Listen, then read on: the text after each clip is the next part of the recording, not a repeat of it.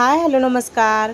कशा आहात माझ्या गोडताई मैत्रिणींनो? आय होप की तुम्ही छान मस्त मजेत आहात. मीही खूप छान मस्त मजेत आणि निवांत चाललेला आहे. पण लोड आहे असं काल तुम्ही पाहिलंच. काल भरभरून कालच्या व्हिडिओला प्रेम दिलं आणि खूप छान छान सगळ्या ताईंनी कमेंट केल्या. पुन्हा एकदा सगळ्यांना दीपावलीच्या हार्दिक शुभेच्छा. तुम्हीही मला दिल्या. मीही मस्त सगळ्यांची हॅपी सुखा समाधानाची दिवाळी जावो. छान छान गोड पदार्थ करून खावा आणि दिवाळी सगळ्यांची तयार होतच आली असेल. आता मी तरी तुम्हाला कालच्या थोडंसं व्हिडिओमध्ये अपडेट मिळाली की मी करंजा आणि शंकरपाळ्या घेतल्या. तर इथे ना मला एक थंबनेलसाठी फोटो काढायचा होता म्हणून मी ते शूट करत होते.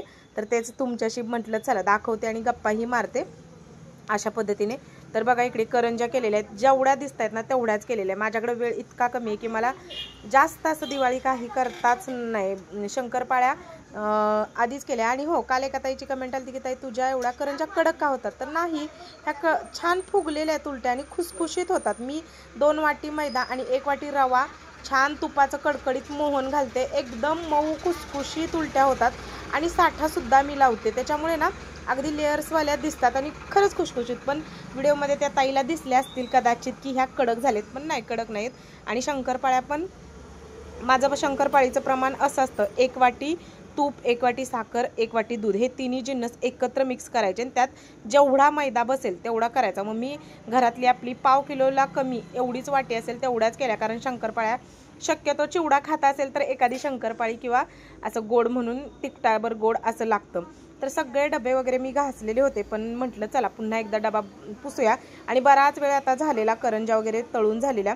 जास्त वेळ कधीही उघडं ठेवायचं नाही. जरा कोमट झालं ना डब्यात भरून ठेवायचं, नाही तर मग सगळं मऊ पडतं. म्हणून म्हटलं चला की ह्या ज्या करंजा आहेत ना त्या सगळ्या भरून ठेवाव्या. आणि जवळजवळ ताईनो 1 महिना झाला, 1-1.25 महिना झाला. आज व्हिडिओ काल आला पण तो काय मी गप्पांचा सुरुवात तरी केली मी, पण मी व्हिडिओ टाकण्याचा प्रयत्न करीन. मला पण खूप असं म्हणायला लागतं की इथंपर्यंत चॅनल आणायला मी खूप जास्त कष्ट घेतलेले आहेत आणि आता अचानक असं बंद करायचं म्हणजे खरंच की. पण मला वेळ मिळत नाही किंवा मला लोड होतोय म्हणून असं मी मध्ये खरंच होतोय. कारण ना एडिट करायला वेळ आहे पण व्हिडिओ करायलाच नाही. कारण माझी धावपळ आणि माझं कसं असतं मी पहिले पण सांगितलेलं की एखादं काम करते ना तर ते सुद्धा मी असं एक व्यवस्थित घरातलं करते तर घरातलंच व्यवस्थित. आता दुसरी जी जबाबदारी माझ्यावर पडली ती पण व्यवस्थित. मग इकडं थोडं तिकडं थोडं असं करून डिस्टर्ब माइंड करायचं आणि परत मग त्रास करून घ्यायचा जीवाला, ते मला जमत नाही.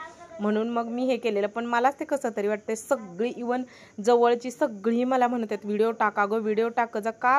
कारण व्हिडिओ पाहणारे सगळे माझ्यासारखेच. काही काल ताईंच्या कमेंट होत्यात की एकदम साधं सिंपल असतं, काही असं वेगळं नसतं, जे काही आहे ते तू रिअल दाखवते, रिअल बघते म्हणून काही ताई आवडीनं वाट बघत असतात. काल व्हिडिओ टाकला फटाफट सगळ्या ताईंची कमेंट्स यायला लागले. मग मला ते रात्री लगेच मी कमेंटला रिप्लाय दिलं आणि जेवढं रात्री होईल तेवढं मग दिल्या. तर मला पण ते जीवाला इतकं बरं वाटलं ना तुमच्या सगळ्या कमेंट्सला रिप्लाय देऊन. म्हणजे पहिलं जे माझं आधीचं आयुष्य होतं ते तसं असं झालं. म्हणजे खरंच सांगते माझ्या अशा हृदयातून असं मला एकदम अंतकरणातून इतकं असं शांत बरं वाटलं ना कमेंट्स आणि ते रिप्लाय देणं. कारण पहिलं ते माझं काम होतं म्हणून. आता बघा ज्या काही शंकरपाळ्या करंजा झालेल्या आणि दुपारची जेवणाची वगैरे सगळी टोटल भांडी सगळी घासून टाकली.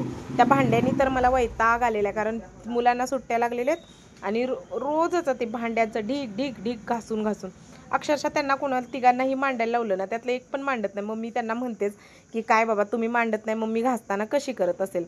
तर चला ही गंमत झाली आपल्या मुलांची. तर इकडे ना कालच माझा भाऊ आलेला तर त्याने बुंदीचे जे लाडू आहेत ना ते मी आईला सांगितलेले. कारण आमच्या इथं खूपच जास्त महाग मिळतात आणि विकतचे पण ते तसे मोतीचूर असतात ना तसे घरात कुणाला नको आहेत. म्हणजे विकतचे जे मिळतात आपला घरी जो बुंदी कळीचा लाडू बनवला जातो ना तो खरं तर आमच्या घरात आवडीने खाल्ला जातो. म्हणून मी आईला सांगितलेलं की तिथं आमच्या घराशेजारी देतात एक जण करून, तर ते तसले घरगुती जे लाडू असतात ना पाकाचे ते बनवून दे म्हणून. लाडूसाठी म्हणून सेपरेट अशी रवाळ डाळ दळून आणली. म्हणजे एकदम बारीक बेसन नाही दळून आणलेलं, थोडंसं असं रवाळ टाईप दिले त्यांनी दळून. तर आता एक मापटं गच्च भरून चांगलं असं बेसन पीठ आणि सपाट मापटं साखर आणि तूप मी कधीही असं अंदाज पंचे टाकते. म्हणजे मापून तूप माझं नसतं, असं भाजत मला त्याचा अंदाज आहे ना तर ते भाजत मला समजतं की किती टाकायचं ते. मग मी त्या टाईप मध्ये टाकते.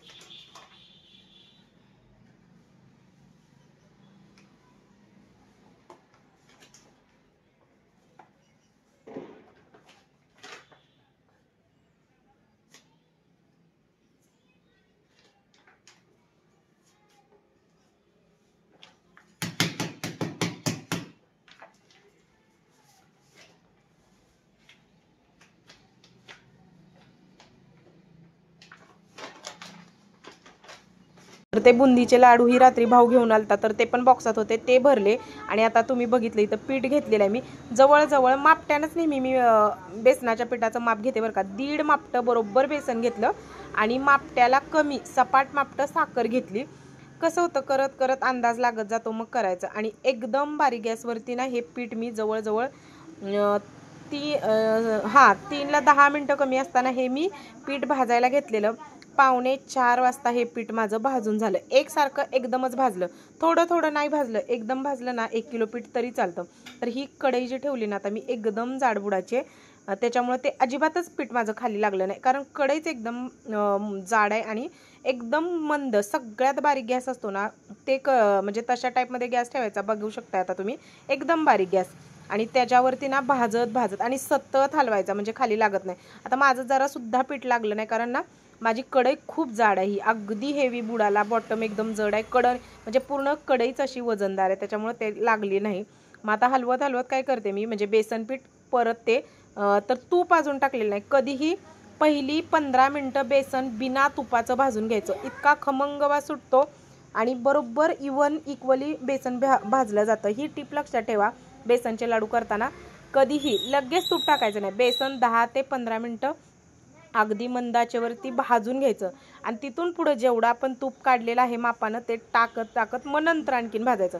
असं जवळजवळ पाऊण तास पीठ मी भाजलेलं होतं. तर इकडे बघा कोरडंच पीठ मी भाजून घेते आणि साईड बाय साईड माझं कामसुद्धा चाललेलं. म्हणजे पिठी साखर मी कधीच अजिबात आणत नाही ह्याच्यातून, म्हणजे मालातून वगैरे बिलकुल पण मी आणत नाही. मला ती साखरच बारीक करून त्याचाच अंदाज आहे. मग मी काहीही करायचं. आता मी शंकरपाळ्याला पण जी साखर वापरली ती सुद्धा माप घेऊन अशी, म्हणजे त्याची घरातच पिठी साखर केली, जेवढी लागल तेवढी मग करता येते.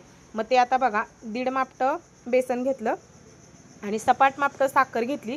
तेवढ्या त्यातलं पण जरासं माझं पिठी साखर शिल्लक राहिली, कारण अंदाज घेत केलं. तर इकडे आता मी साखर पण बारीक करून घेते आणि बेसन तर अजून भाजते आणि थोडं करून बेसन भाजते. आणि नेमकं काय झालं माहिती का, बेसन भाजायला घेतलं आणि माझा मोबाईल पोरांनी घेऊन गेले आणि नंतर मी तूप कसं टाकत गेले ते दाखवायचं तुमच्या, म्हणजे जास्त मला दाखवता आलं नाही.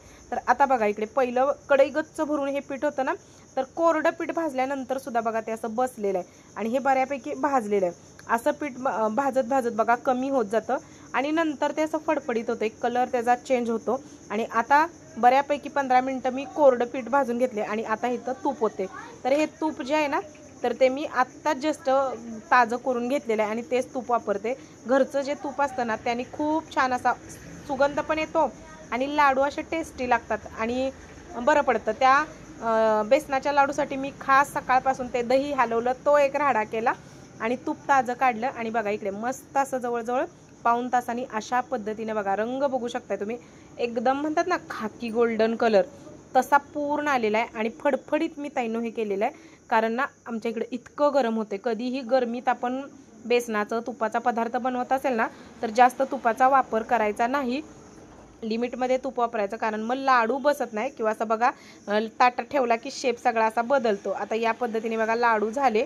आणि एक इथं टीप सांगते, आता हा जो फडफडीत भाजला आहे, म्हणजे मी तूप टाकलंय पण अगदी असं पातळ जे दाखवतात ना काही व्हिडिओमध्ये किंवा काही जण एकदमच असं पातळ होतं वतेपर्यंत, म्हणजे पीठच असं तूप घालून पातळ करतात मग नंतर परातीत ते ओतायचं वगैरे, तशा टाईपमध्ये मी केलं नाही, कारण सांगते बाहेर गरमी होती, गरमीनं मग तो काही लाडू बसत नाही. आता बघा जी काही साखर घेतलेली ना ती त्या भाजलेल्या पिठात सगळी मी इथं मिक्स करून घेतलेली आहे. आणि हे असं मिक्स करून घेतलं ना, तर हे जे पीठ आहे ना, पीठ आणि हे साखर टाकलेलं हे असं हातानं चोळून बघितलं तर मग ते व्यवस्थित झालेलं, म्हणजे लाडू बसणार. मग नंतर मला एक आयडिया आली की हे मिश्रण सगळं आपण मिक्सरमधनं फिरवून काढूया.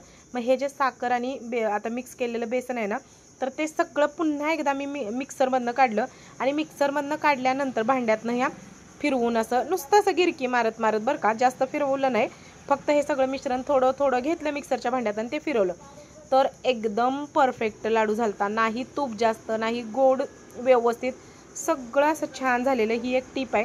जर कधी मिश्रण असं तुमचं कशाचंही फडफडीत झालं, सरळ मिक्सरमध्ये फिरवायचं, ते छान होतात. तर इकडे बघा त्याच्यानंतर मी लाडू वगैरे बांधले, नाही म्हटलं तर एक 35-36 लाडू झालेले. आणि लाडू बघू शकताय अगदी परफेक्ट बसलेला आहे, जास्त तूप तेलकट पण नाही आणि कमी पण नाही. अगदी मनुके लावायचे तेवढे राहिले, म्हणजे माझ्या लक्षातच नाही काजू मनुके काय लावायचे, तेही लावीन. आणि या व्हिडिओचा मी इथंच एंड करते. व्हिडिओ आवडला असेल तर नक्की एक लाईक करा.